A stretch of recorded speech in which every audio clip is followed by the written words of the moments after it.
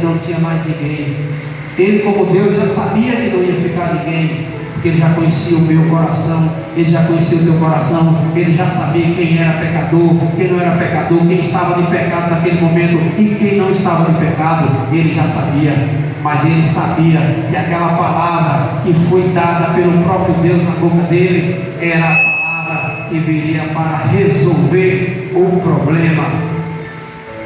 E no entanto, Cristo olhou para aquela mulher e disse: mulher, Ele falou o nome dela? Não.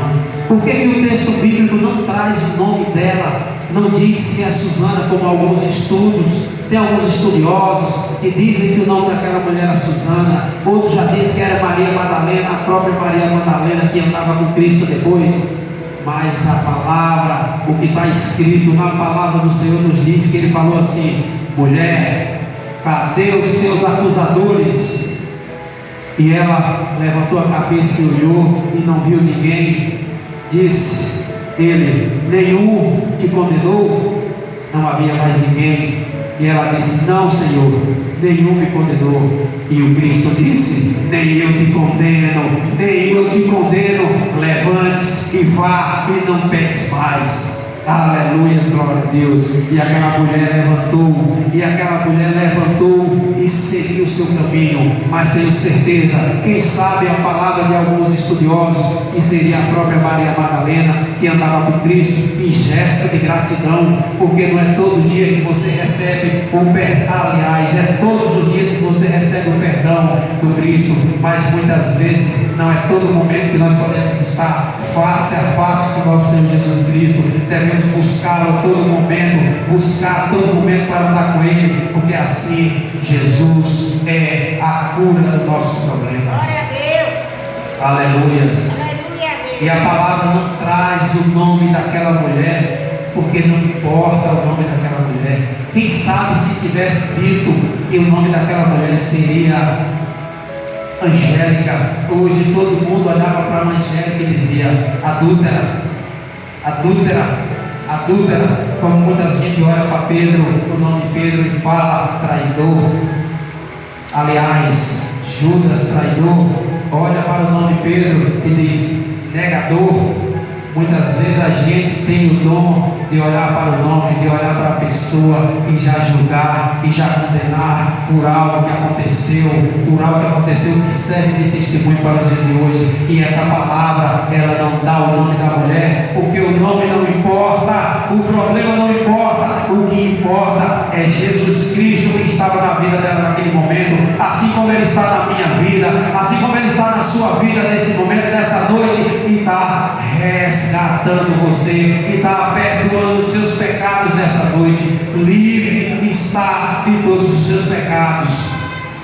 Vamos aproveitar para seguir firme em Cristo Jesus.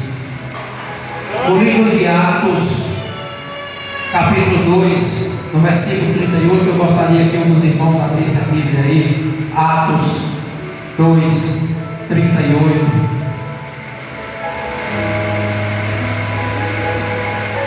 Aleluias. Aleluia, glória a Deus. No livro de Atos 2:38.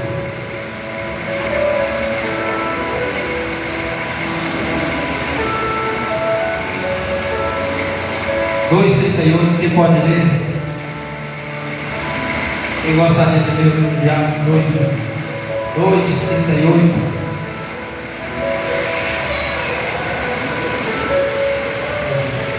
Aleluias, Atos 2:38, o que é que diz aí no livro de Atos 2:38? Se quiser ficar de pé, pode ficar de pé. Já prepara aí, irmã Célia, já prepara aí Atos 3, 19 e 20. E disse-lhes Pedro: arrependei-vos, e cada um de vós será batizado em nome de Jesus Cristo, para o perdão dos pecados. Aleluia. E recebereis o dom do Espírito Santo. Eita glória, então o que é que diz aí no livro de Atos? Pedro diz: então lhes respondeu: arrependei-vos e cada um de vós seja batizado em nome de Jesus Cristo para a remissão dos vossos pecados, e receberei o dom do Espírito Santo. Respondendo eles, Creia no Senhor Jesus Cristo e será salvo, tu e a tua casa. Aleluia. O dom que fala nesse momento é o dom do arrependimento. Irmão, nada é meu. Tudo é de Jesus Cristo. Se Jesus não te der o dom do arrependimento, você não se arrepende. Nada é nosso, tudo é dele. Aleluia. Atos 3, 19 e 20. Arrependei-vos, pois, e convertei-vos, para serem cancelados os vossos pecados, a fim de que, na presença do Senhor, venham tempos de refrigério e que envie Ele o Cristo que já vos designado Jesus. Aleluia, glória a Deus. Então a palavra do Senhor Jesus Cristo em Atos, mais uma vez, vem dizendo: arrependei-vos. Temos que arrepender. Depois que você se arrepende, o Senhor sela contigo esse dom do arrependimento, e você consegue se arrepender dos seus pecados, e você consegue se arrepender de todo o mal que você possa ter cometido para ir contra alguém. 1 João, quem gostaria de abrir a Bíblia do 1 João, capítulo 1, verso 9. 1 João, aleluias.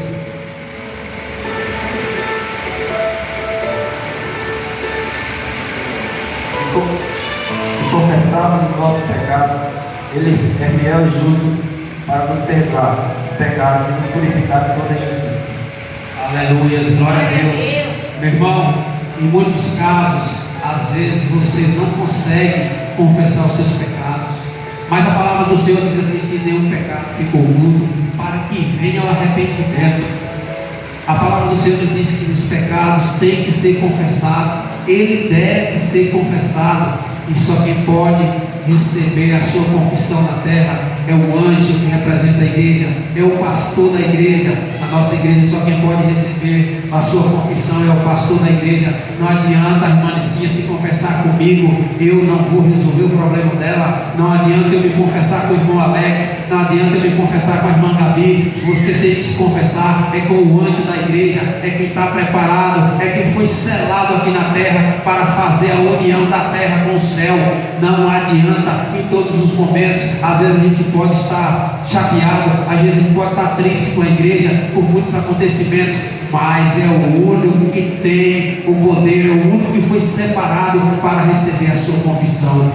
Aleluias, glória a Deus. Tem que se confessar e deixar. Às vezes a confissão de alguns pecados você pode fazer diretamente com Cristo, mas tem pecado que você não é um pecado que condena só você, é um pecado que você condena outras pessoas, e você tem que confessar. Às vezes é um pecado que você tem que se arrepender, e para arrependimento você tem que passar pelo processo. Então é um pecado que, se você passar pelo processo, verdadeiramente você estará arrependido.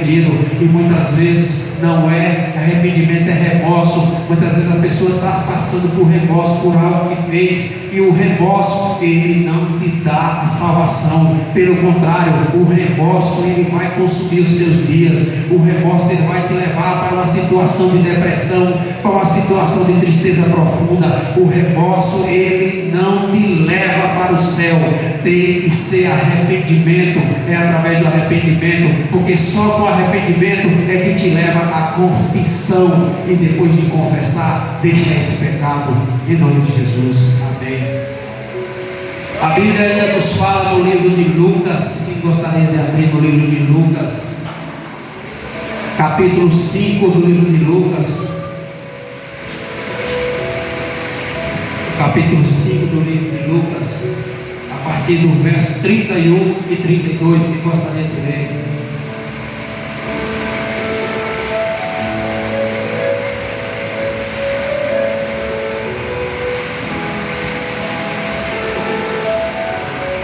Quem gostaria de ler o livro de Lucas, capítulo 5, e o versículo 31 e 32.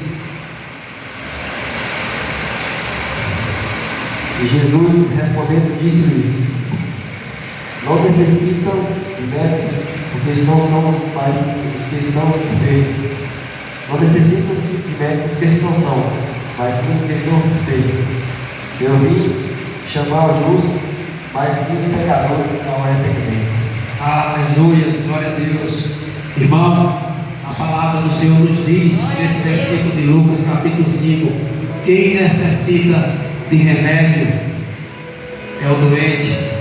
Quem necessita de médico, quem vai procurar o hospital para se consultar, quem procura a igreja para estar na presença do Senhor Jesus Cristo, são os doentes. É aquele que estava no pecado, é aquele que estava precisando da presença de Jesus Cristo na sua vida. São esses que procuram os médicos, são esses que procuram o Senhor Jesus Cristo, porque Ele veio para aqueles que estão doentes e não para aqueles que estão salvos.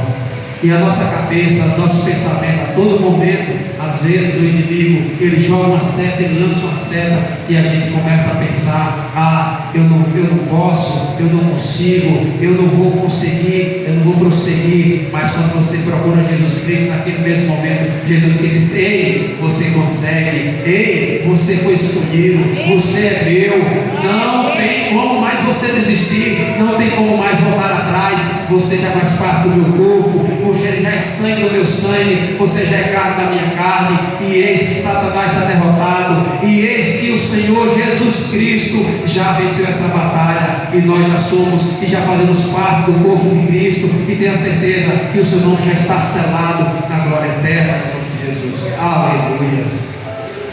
Em Mateus 3, Mateus capítulo 3, quem pode acompanhar, abra sua Bíblia aí, Mateus capítulo 3, o verso é o 2, capítulo 3, versículo 2, também nos fala sobre arrependimento.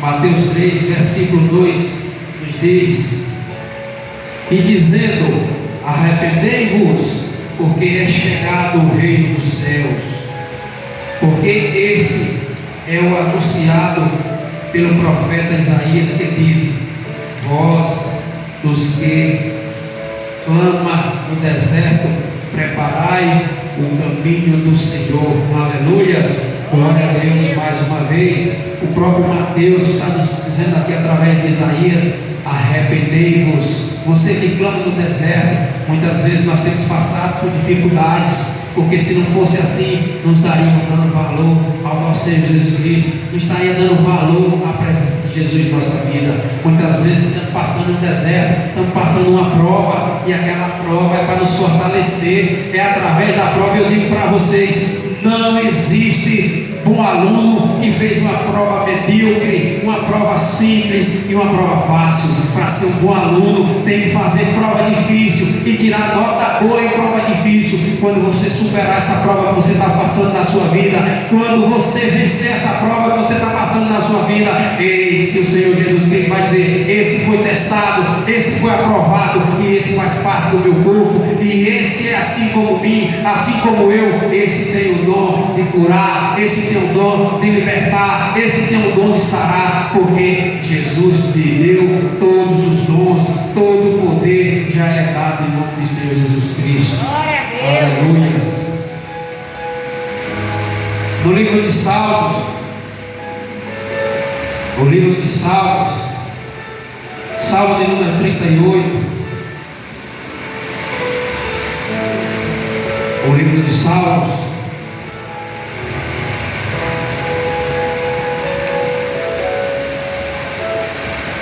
Salmo número 38, nos fala a dor e o arrependimento do pecador.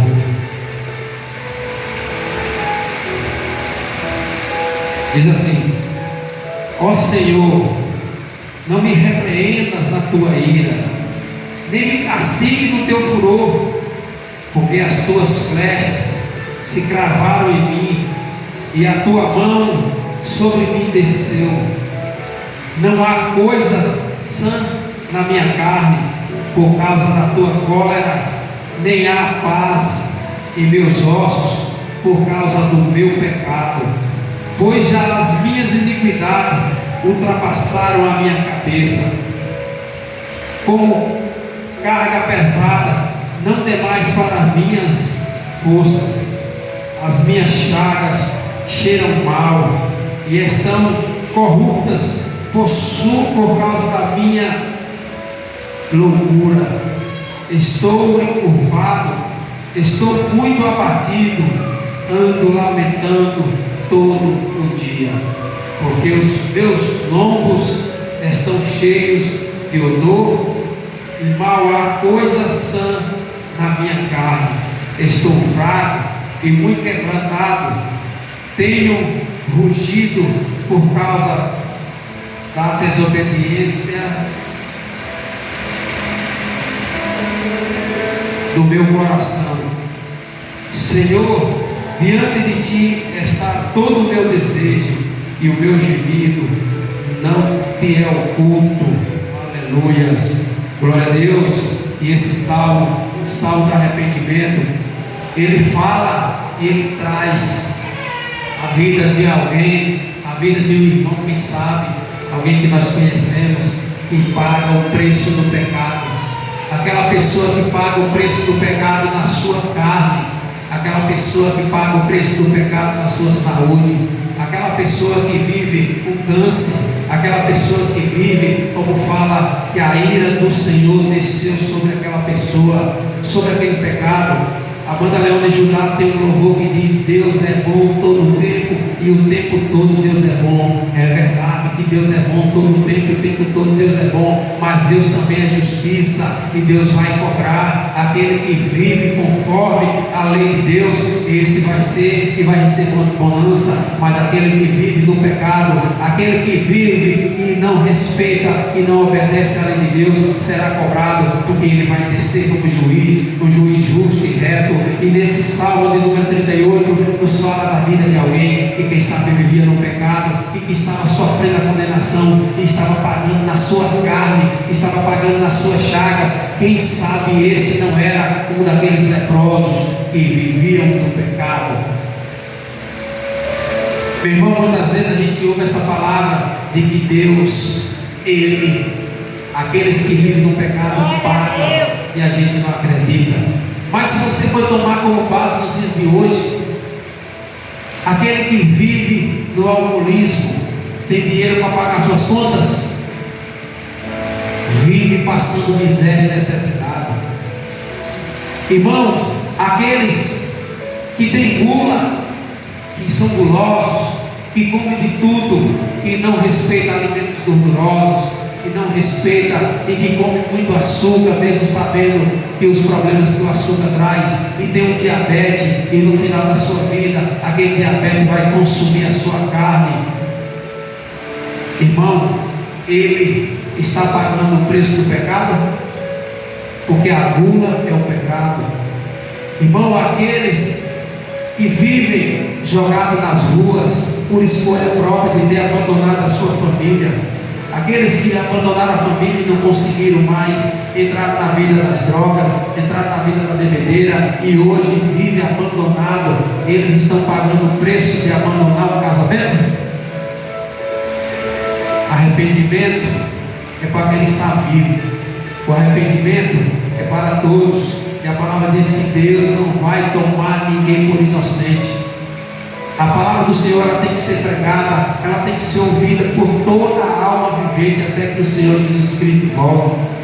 Mas cada um que paga o preço, mas cada um que hoje vive uma vida de pecado, e quem sabe o pecado está pagando uma vida carnal, e com doença carnal ou com doença espiritual, quem sabe aquele que praticou o mal no passado, aquele que feriu um irmão, aquele que fez algo de errado e hoje a sua consciência pesa porque não confessou, e quando confessa e recebe o perdão e a misericórdia, eis que isso tudo se apaga da sua mente. Mas quando não há confissão, aquilo vai continuar se corroendo por dentro, aquilo vai continuar lhe corroendo por dentro, e quem sabe isso vem um sentimento de tristeza, profunda, que pode avançar para uma depressão.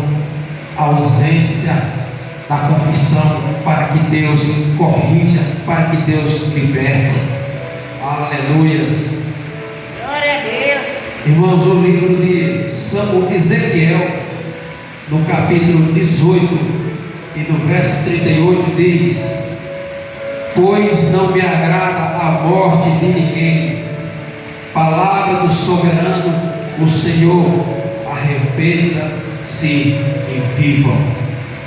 O Senhor, Ele veio para que a gente tenha vida e abundância. Ele veio para que a irmã Ana tenha vida e tenha vida em abundância. Mas Ele diz: arrependa-se, arrependa dos seus pecados, arrependa dos seus maus pecados, arrependei-se dos seus atos maus. Muitas vezes eu vivo uma vida que a culpa não é minha. Muitas vezes eu vivo uma vida que eu não escolhi viver. Mas muitas vezes o Senhor já me mostrou, muitas vezes o Senhor já trouxe palavras que me mostram que onde eu devo corrigir, onde eu devo estar mudando. Às vezes eu levo uma vida de incrédulo, às vezes eu levo uma vida de uma pessoa que não é cristão. Os meus atos são comparados a todo momento com uma pessoa que não é cristão. Às vezes eu estou sendo de rodinha de escarnecedores para falar dos outros, principalmente dos meus irmãos de igreja. Eu sou comparado nesse momento a um incrédulo. E essa atitude minha, se eu morrer sem arrependimento, irei para o inferno. Hoje a gente não vê mais as igrejas pregar sobre arrependimento. A gente não vê as igrejas pregar mais hoje sobre as atitudes do crente que leva ele para o inferno, para a condenação. Muitas igrejas hoje só prega autoajuda, só prega: venha que Deus vai fazer por você, venha que Deus vai te dar um carro, venha que Deus vai te dar uma casa, venha que Deus vai te dar uma mansão. Mas esquece que a Bíblia diz: não construir tesouro na terra, onde o vento e a traça destrói. É verdade que Deus quer que a gente viva, que a gente tenha uma vida e vida em abundância, e que a gente tenha o melhor dessa terra. Mas Ele só vai dar o melhor dessa terra para aquele que sabe que o dinheiro não é maior que Jesus, aquele que sabe que o dinheiro ele veio para te servir e não você serviu ao dinheiro. Porque muitas vezes você bota o dinheiro na frente. É por isso que tem muitos casamentos destruídos, porque as pessoas preferem o dinheiro e eles separam para não ter que dividir as coisas, ou muitas vezes separam para dividir e ficar com sua parte, porque eles visam o dinheiro, eles visam o carro, eles visam muitas coisas de bens materiais, e muitas vezes as pessoas através disso praticam até atos diferentes. Tem pessoas que separam para outros casamentos para viver coisas que não tinha naquele primeiro casamento. Mas a palavra do Senhor diz: não separe o homem aquilo que Deus fez. Só existe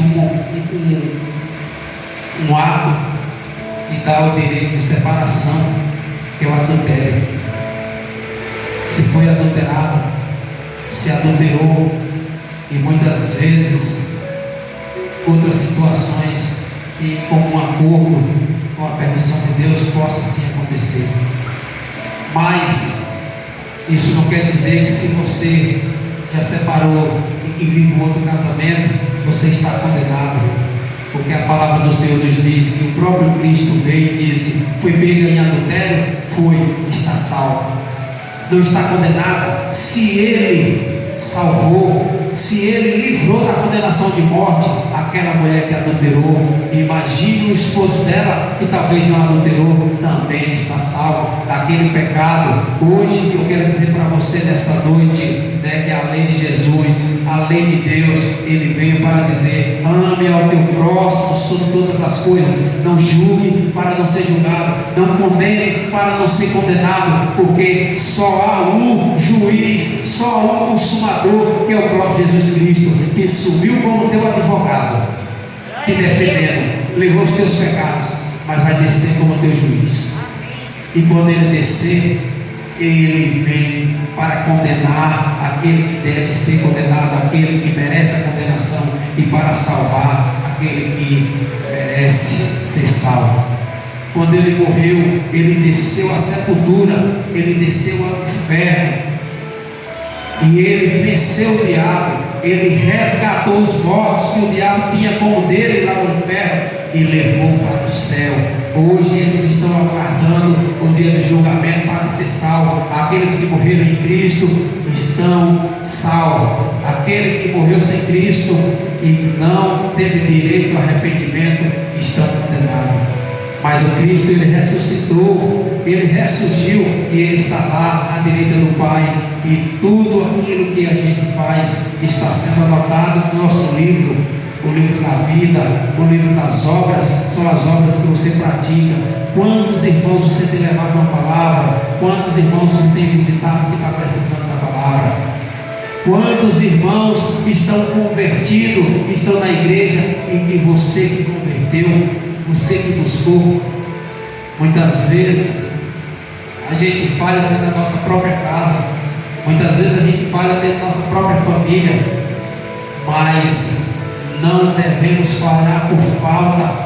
Podemos pecar por excesso. A todo momento da desgraça, a todo momento pregue a palavra do Senhor, a todo momento fale do Senhor dentro da tua casa, a todo momento tu abençoa a tua casa, tu abençoa o teu carro, tu abençoa a tua moto, tu abençoa a tua bicicleta. A todo momento você tem que abençoar a sua roça, tem que abençoar a sua fazenda, abençoe sua irrigação. A todo momento você tem que estar abençoando, porque Deus fala o seguinte: não é a moto, não é o carro, não é a casa, não é a fazenda, não é a família, nada disso é que te salva. O que te salva é você com Jesus Cristo, e tudo isso veio para te servir. E quando você coloca isso na servidão, na sua servidão para servir ao nosso Senhor Jesus Cristo, tudo isso vai ser multiplicado, porque Deus sabe que se tu tinha aquela botinha e tu visitava, e tu ia na Larga, e tu ia no Maringá, e tu ia visitar um parente teu, e lá você levava a palavra do Senhor, e muitas vezes quando você voltava, o carro te deixava na mão. Deus disse assim: esse carro não, eu vou te dar um melhor, porque esse melhor tu vai,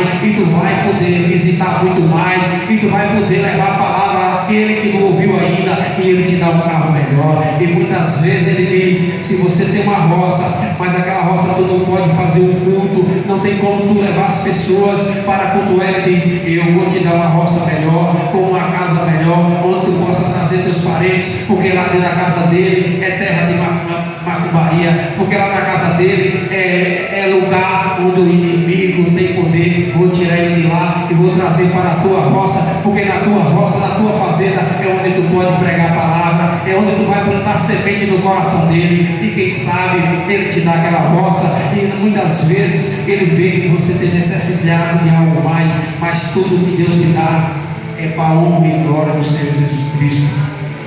Nada que Ele te deu, nada que tu tem é para servir o inimigo. Meu irmão, em 2014 a minha vida financeira era bem melhor do que hoje em dia.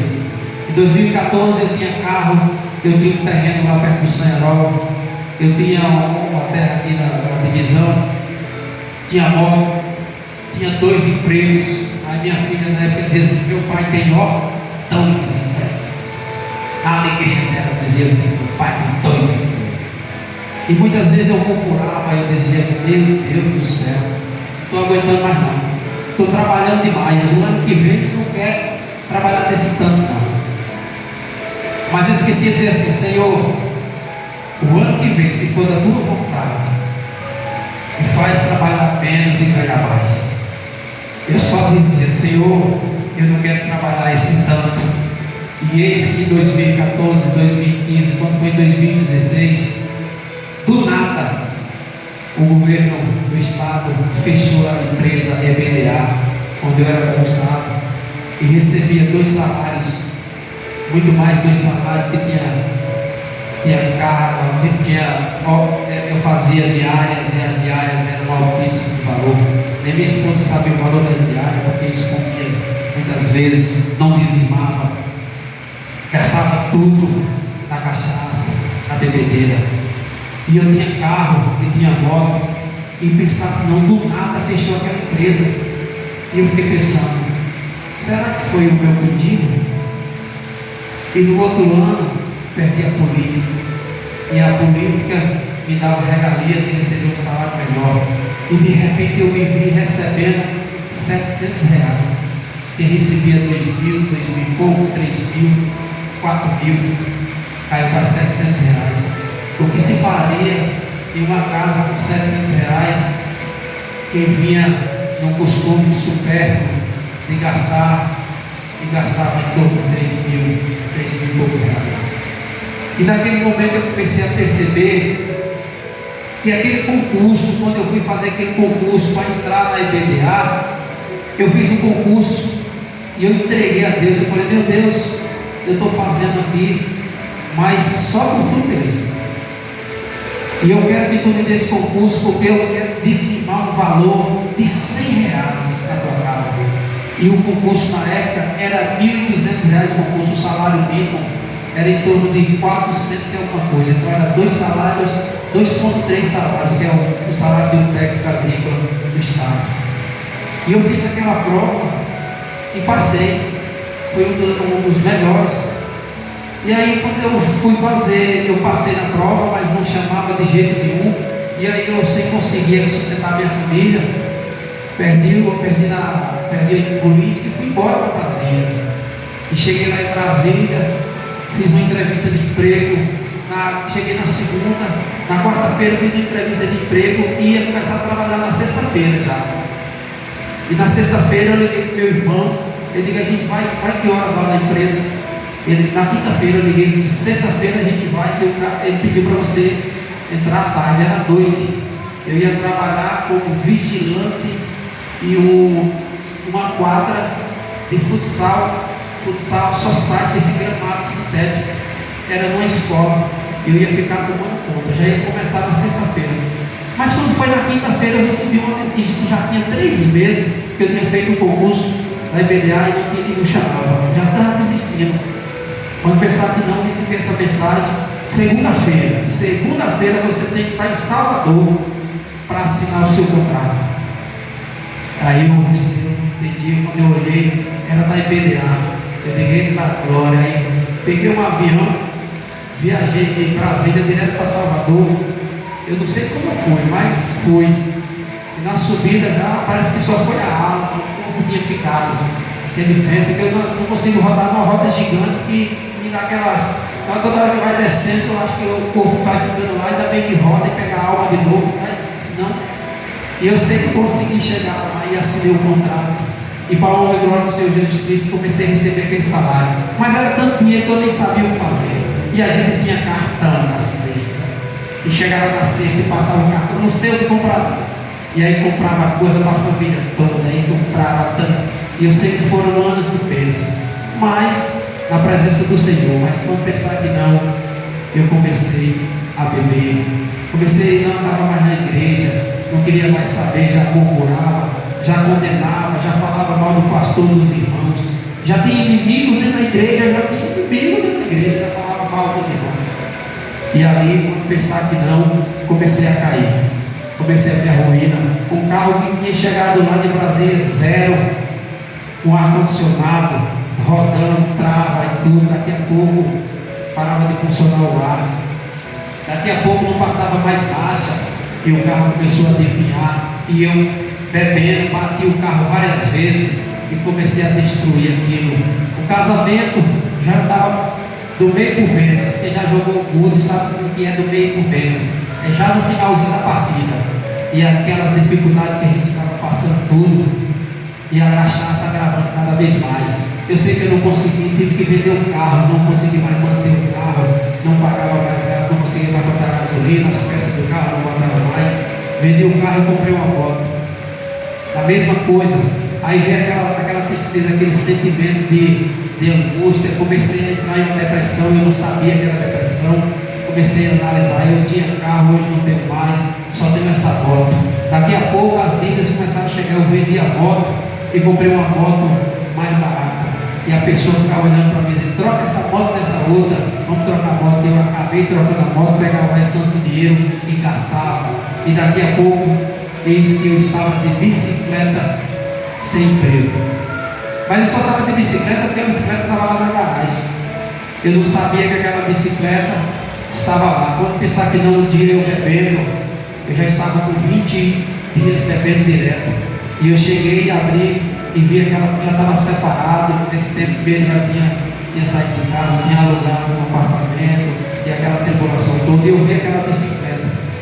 E eu falei, vou vender a bicicleta para beber. E aí eu não vendi a bicicleta nesse dia, parei de beber uns dias, voltei a beber de novo, fiquei mais 18 dias bebendo, até que quando eu parei de beber, foi quando eu vim para a igreja do Evangelho Quadrangular. Foi aqui que eu conheci o verdadeiro Deus.